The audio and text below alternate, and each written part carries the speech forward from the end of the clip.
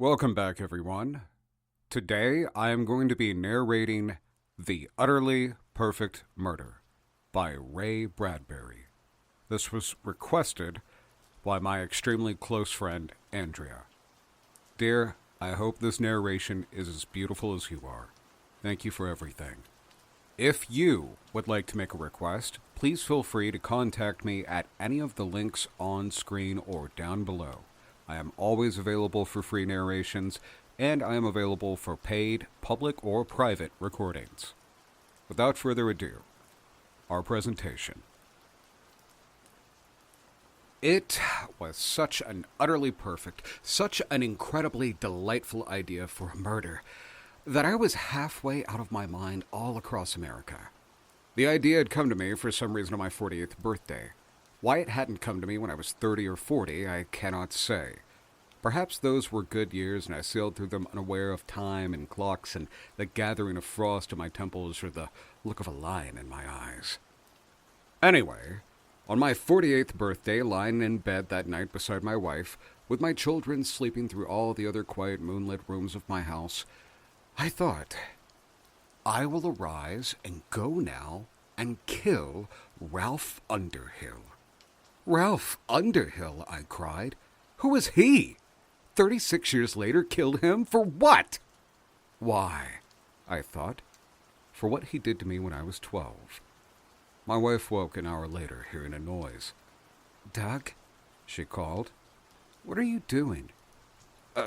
Packing, I said, for a journey.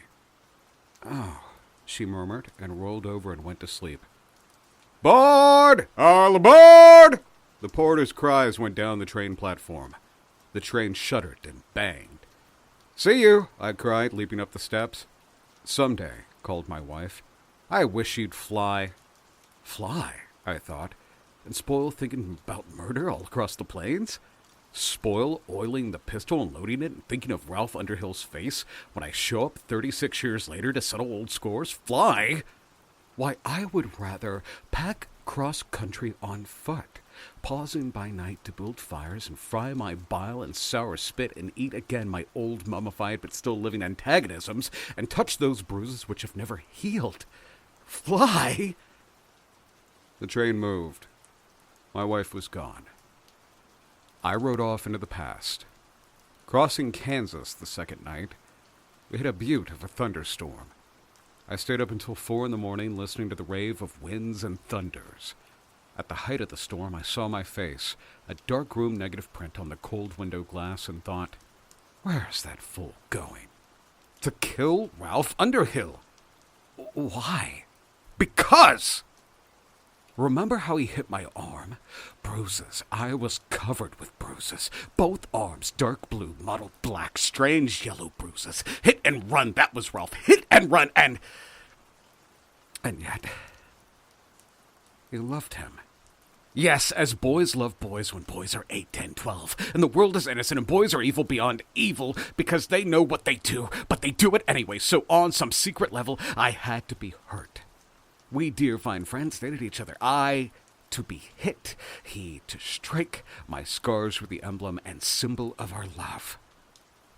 What else makes you want to murder Ralph so late in time? The train whistle shrieked. Night country rolled by. And I recalled one spring when I came to school in a new tweed knicker suit, and Ralph knocking me down, rolling me in snow and fresh brown mud, and Ralph laughing at me and going home, shamefaced, covered with slime, afraid of a beating, to put on a fresh set of dry clothes. Yes, but what else? Remember those toy clay statues you longed to collect from the Tarzan radio show? Yes, statues of Tarzan and Call of the Ape and Nurna the Lion for 25 cents only. Yes. Beautiful, even now in memory. Oh, the sound of the ape-man swinging through the green jungles far away, ululating. But who had 25 cents in the middle of the Great Depression? No one, except Ralph Underhill. And one day Ralph asked you if you wanted one of those statues. Want it? You cried. Yes! That was the same week your brother, in a strange seizure of love mixed with contempt, gave you his old but expensive baseball catcher's mitt. Well, said Ralph, I'll give you my extra Tarzan statue if you give me that catcher's mitt. Fool, I thought. The statue's worth 25 cents. The glove cost $2. No fair! Don't! But I raced back to Ralph's house with the glove and gave it to him, and he, smiling a worse contempt than my brothers, handed me the Tarzan statue, and bursting with joy, I ran home. My brother didn't find out about his catcher's mitt and the statue for 2 weeks, and when he did, he ditched me when he hiked out in farm country and left me lost because I was such a sap. Tarzan statues, baseball mitts, he cried. That's the last thing I ever give you. And somewhere on a country road, I just lay down and wept and wanted to die, but I didn't know how to give up the final vomit that was my miserable ghost. The thunder murmured. The rain fell on the cold Pullman car windows. Yes, but what else? Is that the list? No. One final thing. More terrible than all the rest. In all the years you went to Ralph's house to toss up small bits of gravel on his 4th of July, 6 in the morning, fresh dewy window, or to call him forth for the arrival of dawn circuses in the cold, fresh blue railroad stations in late June or late August, and all those years never once did Ralph run to your house. Never once in all the years did he or anyone else prove their friendship by coming by. The door never knocked, the window of your bedroom never faintly clattered and belled with a high-tossed confetti of small dust and rocks. And you always knew that the day you stopped going to Ralph's house, calling him up in the morning, that would be the day your friendship ended. You tested it once. You stayed away for a whole week. Ralph never called. It was if you died and no one came to your funeral. When you saw Ralph at school, there was no surprise, no query, not even the faintest lint of curiosity to be picked off your coat. Where were you, Doug? I needed someone to be. Where have you been, Doug? I got no one to pinch. Add all the sins up, but especially think on the last. He never came to my house. He never sang up to my early morning bed or tossed a wedding rice of gravel on the clear panes to call me down to joy in summer days. And for this last thing, Ralph Underhill, I thought, sitting in the train at 4 in the morning, as the storm faded and I found tears in my eyes, for this last and final thing, for that I shall kill you tomorrow night. Murder, I thought, after 36 years. Well, you're madder than Ahab, Doug. The train wailed. We ran cross-country like a mechanical Greek fate carried by a black metal Roman fury. They say you can't go home again. That is a lie. If you are lucky and the time is right, you arrive at sunset when the old town is filled with yellow light. I got off the train and walked up through Greentown and looked at the courthouse, burning with sunset light. Every tree was hung with gold doubloons of color. Every roof and coping and bit of gingerbread was purest brass and ancient gold. I sat in the courthouse square with my dogs and old men until the sun had set and Greentown was dark. I wanted to savor Ralph Underhill's death. No one in history had ever done a crime like this. I would stay, kill, depart, a stranger among strangers. How would anyone dare to say, finding Ralph Underhill's body on his doorstep, that a boy aged 12, arriving on some kind of time machine train, traveled out of a hideous self-contempt, had gunned down the past? It was beyond all reason. I was safe in my pure insanity. Finally, at 8:30 on this cool October night, I walked across town past the ravine.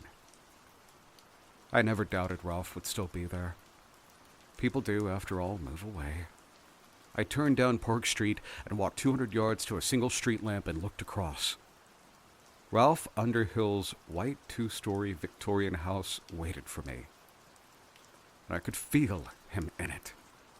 He was there, 48 years old, even as I felt myself here, 48 and full of an old and tired and self-devouring spirit. I stepped out of the light, opened my suitcase, put the pistol in my right-hand coat pocket, shut the case, and hid it in the bushes where later I would grab it and walk down into the ravine across town to the train. I walked across the street and stood before his house, and it was the same house I had stood before 36 years ago. There were windows upon which I had buried those spring bouquets of rock and love and total giving. There were the sidewalks, spotted with firecracker burn marks from ancient July 4ths where Ralph and I had just blown up the whole damned world shrieking celebrations. I walked up to the porch, and I saw in the mailbox in small letters, Underhill. What if his wife answers? No, I thought, he himself, with an absolute Greek tragic perfection, will now open the door and take the wound and almost gladly die for old crimes and minor sins somehow grown into crimes. I rang the bell. Will he know me? I wondered, after all this time. In the instant before the first shot, tell him your name. He must know who it is. Silence. I rang the bell again. The doorknob rattled. I touched the pistol in my pocket, my heart hammering, but I did not take it out. The door opened. Ralph Underhill stood there. He blinked, gazing out at me. Ralph, I said. Yes, he said. We stood there, riven for what not could have been more than 5 seconds. But many things happened in those 5 swift seconds. I saw Ralph Underhill. I saw him clearly, and I had not seen him since I was 12. Then he towered over me to pummel and beat me and make me scream. Now he was a little old man. I am 5'11", but Ralph Underhill had not grown much from his 12th year on. The man who stood before me was no more than 5 feet 2 inches tall. I towered over him. I gasped. I stared. I saw more. I was 48 years old, but Ralph Underhill, 48, had lost most of his hair, and what remained was threadbare gray, black and white. He looked 60 or 65. I was in good health. Ralph Underhill was waxen pale. There was a knowledge of sickness in his face. He had traveled in some sunless land. He had ravaged and looked sunken. His breath smelled of funeral flowers. All this, perceived, was like the storm of the night before, gathering all of its lightnings and thunders into one bright concussion. We stood in the explosion. So this is what I came for? I thought. This, then, is the truth, this dreadful instant in time? Not to pull out the weapon, not to kill, no, but to simply... To see Ralph Underhill as he is in this hour. That's all. Just to be here, stand here, and look at him as he has become. Ralph Underhill lifted one hand in a kind of gesture in wonder. His lips trembled, his eyes flew up and down my body.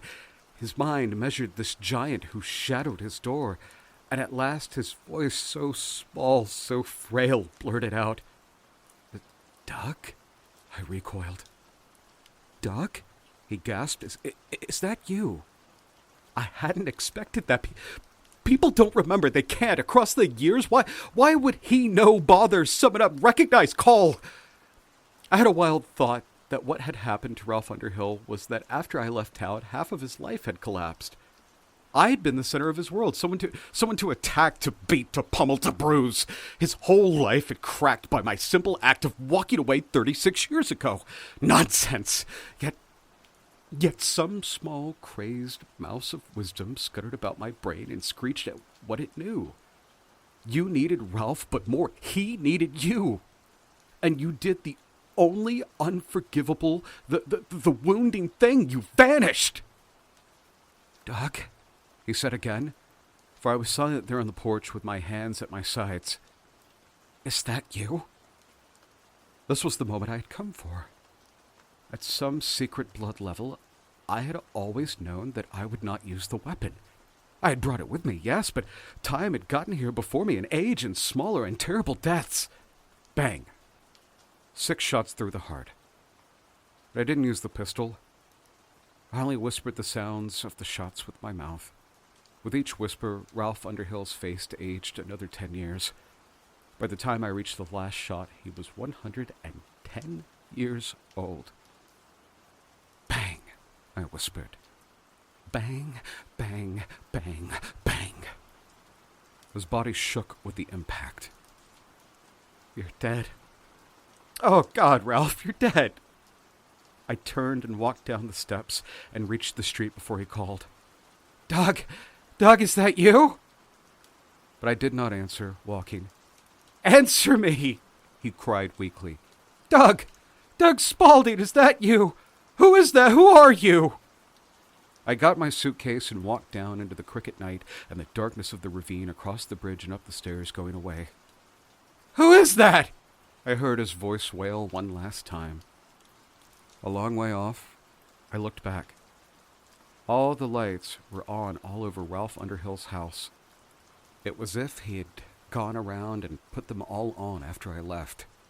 On the other side of the ravine, I stopped on the lawn in front of the house where I had been born. Then I picked up a few bits of gravel and did the thing that had never been done, ever in my life. I tossed a few bits of the gravel up to tap that window where I'd lain every morning of my first 12 years. I called my own name. I called me down in friendship to play some long summer that no longer was. I stood waiting just long enough for my other young self to come down to join me. Then swiftly, fleeing ahead of the dawn, we ran out of Greentown and back. Thank you, dear Christ, back towards now and today for the rest of my life. What an absolutely beautiful story. I hope all of you enjoyed that.